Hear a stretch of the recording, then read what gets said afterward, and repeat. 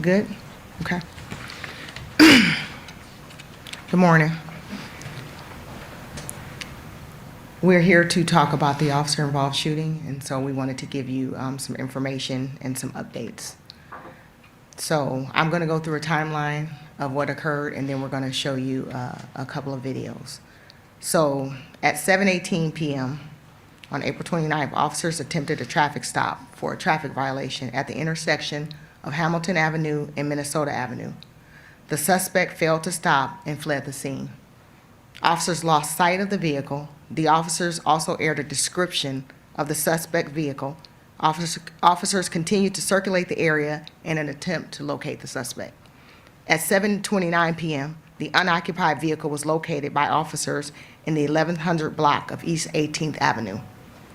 At 7:31 p.m., other patrol officers aired they found a person who matched the description of the suspect walking near 16th and Hamilton. At 7:32 p.m., officers located the suspect at 15th and Hamilton. As they're exiting the cruiser, officers instruct the suspect to come here, at which time the suspect produced a handgun and fired multiple shots striking an officer. Multiple officers returned fire, striking the suspect. At 7:33 p.m., officers began rendering aid to the suspect while additional officers transported the injured officer to Grant Medical Center by cruiser. At 7:37 p.m., the suspect is transported by medics to Grant Medical Center, and he is subsequently pronounced deceased at 8:43 p.m. The first video that I'm going to show you is the traffic stop video.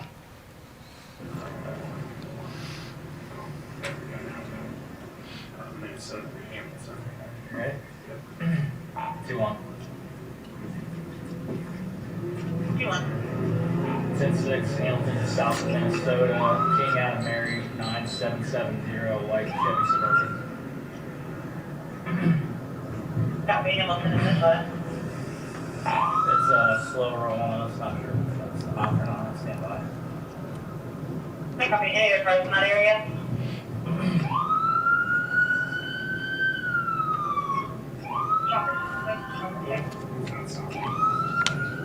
Yeah, he's not stopping, so it's going about the speed limit.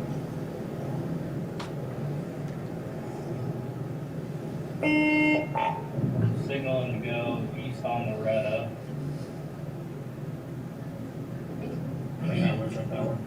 Be right.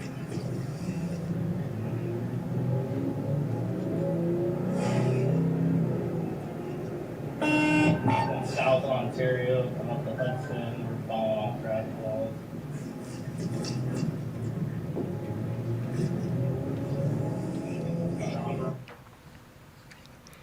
Next is a video of one of the involved cruisers attempting to stop the suspect on the street.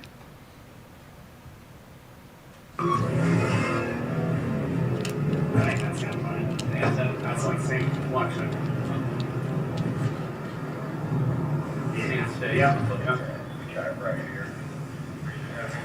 Hey, come here. Come here. Get on the ground.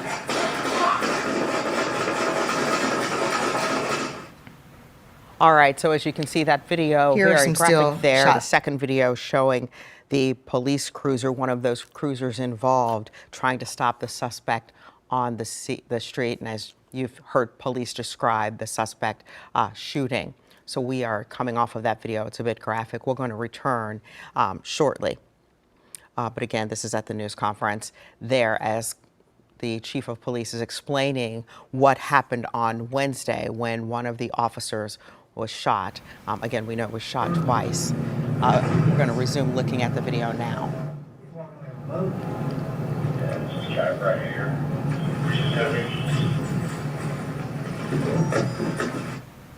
All right, that was the third piece of video. Again, we are coming back here to the studio, to the set, because what we are seeing in real time right along with you is a video of what happened. And we want to just tell you that some of that video is a bit graphic, and so we want to be careful with what we are putting on 10 TV right now. Again, Chief Bryant has shown us video of the traffic stop when Columbus police tried to stop this person, the suspect, and then that person gave chase. As you saw, the second video, one of the cruisers involved was trying to stop the suspect when there was gunfire. And so, again, we are waiting to hear more reaction from those city leaders. You did see Columbus Mayor Andrew Ginther in the background there. Right now, our crews are listening Years to and Chief 7 Bryant. years. Here we go. The suspect is identified as Shantaz Lowry, age 38. He was released from prison in August of 2025 and was placed on 3 years of supervised parole. Mr. Lowry has an extensive criminal history, which includes numerous drug trafficking and weapon charges, multiple assault charges, and attempted murder charge. As with all police-involved shootings, BCI will be investigating. Later today, we will provide the videos you've seen here with a fact sheet. This incident is a stark reminder of the dangers our officers face every day while serving our community. We ask that you continue to keep the officer that is recovering in the hospital, as well as all the officers involved, in your prayers and your thoughts. The officer's family has been notified and is receiving support. I also want to recognize the officers that responded to this scene under these courageous circumstances. They were able to get that officer to the hospital in time, which was life-saving for that officer. They handled that scene. They were able to do an amazing job, and I just want to commend them. I also want to thank the community for the love and support that has poured in for our community and for our officer. These actions reflect courage, discipline, and a commitment to the safety of others, even under extremely stressful conditions. We also want to thank Grant Hospital and their trauma team for the amazing work that they were able to do in saving our officer. Our focus right now is on the officer's recovery and our community. Right now, I want to ask the mayor to come up to be able to give remarks. Thank you, Chief, and to all that serve our community at the Division of Police. The officers involved in this incident for their quick action, bravery, and sacrifice. On Wednesday, as we've seen, during what should have been a routine traffic stop, a Columbus police officer was shot by a man with a lengthy history of violence. It was and is completely unacceptable. Police officers perform an inherently dangerous job while keeping our city safe. But an attack on an officer is an attack on all of us and will not be tolerated. No one, regardless of age, situation, or personal circumstance, should ever threaten, harm, or attack our officers. Prayers remain with our officer for a full recovery. I'm grateful to his colleagues on the scene for their swift action to render aid and help save his life. And as the chief mentioned, to the incredible staff at Grant Hospital for bringing him through a successful surgery. Please know that I, along with the chief and the women and men of CPD, will do everything we can to support this officer's recovery and the long road ahead. I'm really grateful that no bystanders were injured. We've discussed the downward trend of homicides, gun violence, and other violent crimes since their peak in 2021. The numbers are continue to trend in the right direction. But this incident puts us all on notice again that gun violence can occur at any time. It endangers us all. We know these types of crimes are committed by only a small percentage of the residents around this community. This individual in particular appears to have been a career criminal. But we will not allow that small number to destroy our collective sense of safety and security. This officer is alive today thanks to the bravery and courage of his colleagues, the incredible staff at Grant. I also want to thank the incredible folks that did the training and preparing. Many of the officers on the scene had just received training weeks, months before that literally helped save this officer's life in self-transporting him to Grand. Their bravery is to be commended. When I was at the hospital yesterday and speaking with Assistant Chief Bodker, I think one thing that I want to pay special recognition to is the incredible job of the officers on the scene. Even while their colleague had just been shot in cold blood, they went and rendered aid to this violent criminal because they knew that was their oath, that was their job. And so they took care of their colleague, got him safely to the hospital, and did all that they could to try to save the life of someone who put all of us at risk. That's a special level of bravery, of courage, heroism, and honoring your commitment and your oath. And I wanted to recognize that this morning. We have a lot of work to do in our community, but you have these types of instances where we have to remember the great sacrifices in the things that our officers face every day. It's a stark reminder of the danger of the job and why we need to support them, recognize them, and honor them for all the great work they do in neighborhoods throughout our city. At this time, we'll take any questions. All right, we are going to return you to the regularly scheduled program. If you'd like to continue watching this news conference as they take questions, please join us on our streaming platform, 10TV Plus. You can learn more about this story on our website, 10tv.com, and of course our app. And we'll certainly have more for you coming up on 10TV News at noon. You can join me there.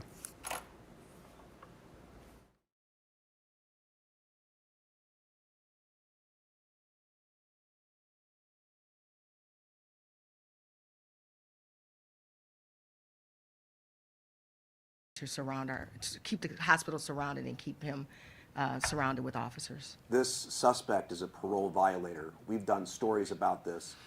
At the time of the shooting, the state had no idea where this person was, and he almost killed a police officer. What is your message to the Department of Corrections who doesn't know where these violators are when they're on parole? What I can tell you is that absolutely, when you have a criminal like this, they should be locked up. They should be behind bars. They should not be allowed to be out. Obviously, mad, we're frustrated. This didn't have to occur. We're going to do better. They have to do better. We all have to make sure that we're doing our part to ensure that criminals stay behind bars and that we keep our community safe. Did this person have any drugs in the cars? Do you know anything else about what you found inside the suspect's vehicle? At this time, I don't have that answer. Early on in the investigation, we learned that both the suspect and the officer were both transported to Grant Medical Center. Could you walk us through what the typical protocol is for incidents like this and why both were taken to the same facility for treatment? And so what I can tell you is that obviously that is not ideal. That is not something that you would want to happen. This was a very fluid, a very chaotic situation, and officers self-transported our officer to the hospital. The CFD or the response came almost immediately after and transported the suspect. Ideally, we have a couple of trauma 1 level hospitals, but sometimes it may happen. That is not ideal. That is not something that we would want to happen. Obviously, you don't want situations where there may be family members or situations where paths are crossed, but it did happen. That is something that we are discussing. Again, officer was self-transported, so it wasn't like 2 ambulances took them at the hospital at the same time. And then in terms of the recovery timeline for this officer, do we have a rough time frame of when or if we could see this officer back on the streets protecting our city? What I can tell you, it just happened a couple of days ago, and so we're still praying for him, the officer, making sure that the recovery time is, whatever it needs to be. We're going to be here to support. We're going to make sure that we do everything that we can to get this officer back, but right now we're focused on the officer's recovery.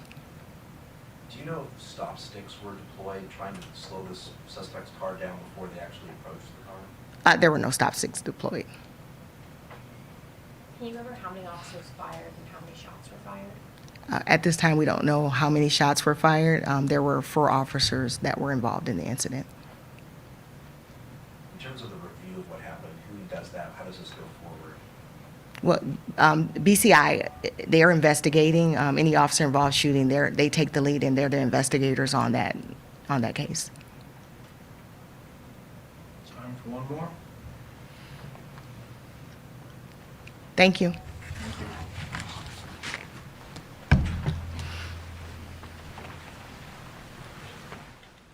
Once again, you've been listening to leaders from the Columbus Division of Police, specifically Chief Elaine Bryant, providing an update on that shooting Wednesday evening of a Columbus police officer. So we have heard from the chief that the suspect who was killed in that is 38-year-old Shantaz Lowry, who was recently in prison. Also, there were 4 officers involved in that entire chase. We did have some video that you were able to see of the incident. We tried to protect you from some of it. It was a bit graphic. But again, there were some questions about the protocol because the injured police officer and the suspect were both taken to Grant Medical Center, which you may know is a level 1 trauma center. In our city, we also have the Ohio State University Wexner Medical Center as a level 1 center. But in this particular case, the police officers transported their colleague. And then, of course, the suspect was taking that. The chief did, she admitted, yes, it could be awkward. But again, the police officers were trying to rescue and take care of one of their own. And so this is not an ideal situation, as she said, but it was a very chaotic one. And again, the officers self-transported to the hospital. They will be working that out. We do know that the officer is continuing to recover. We heard from one of the surgeons from Grant Medical Center, not somebody who was working on that officer, but who has very big, high knowledge of how these procedures operate. And when someone is injured in that femoral artery, it can be deadly. But the surgeons, that team there, that level 1 trauma team at Grant Medical Center definitely took care of the officer. We heard Columbus Mayor Andrew Ginther and the chief both expressing their gratitude for the great care that they provided to the fallen officer, the officer who was injured, who is now recovering. And of course, the mayor recognizing the officers who upheld their oath and gave aid to the suspect, who, as you know, did die. The CPD, again, identifying that suspect as 38-year-old Shantaz Lowry. Now, the next stop is that the Bureau of Criminal Investigation will be working on this particular case because that is the procedure, the protocol that is involved when there is an officer involved shooting, when the police do fire their weapons in cases like this. So they will move in and they will take over the investigation into this.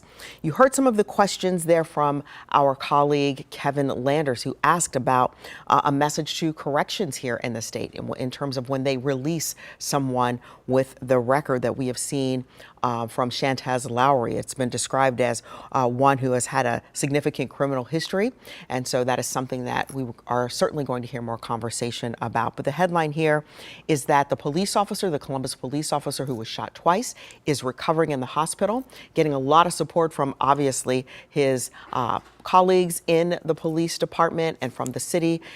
Chief Bryant saying their goal is to get him fully recovered and back on the job. The suspect, Shantaz Lowry, was killed in this incident. And again, they are going to work on a message to corrections about the extent and the importance of protecting the community when violent criminals are released who have a violent past.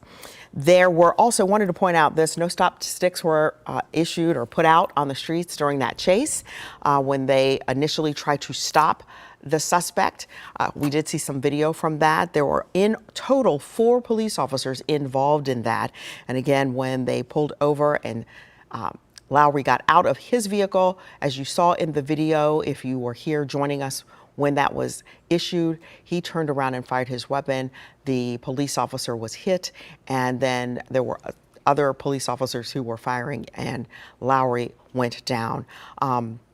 And again, the officers there did render aid to that suspect, and of course, then they transported the fallen officer to Grant Medical Center, again, a level 1 trauma center, where he was in surgery and is in recovery right now, again, at Grant Medical Center. We'll certainly continue to recap this story and bring you the latest on 10 TV News at noon over on 10 TV, and then hopefully you'll join us again right here on 10 TV Plus.